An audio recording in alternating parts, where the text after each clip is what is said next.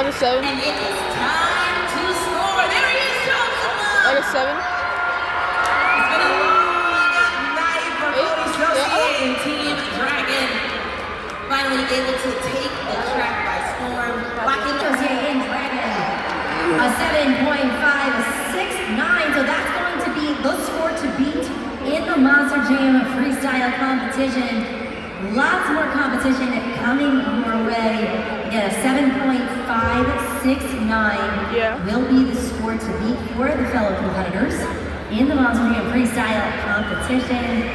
Remember, 8 more points are on the line. Run, man, run.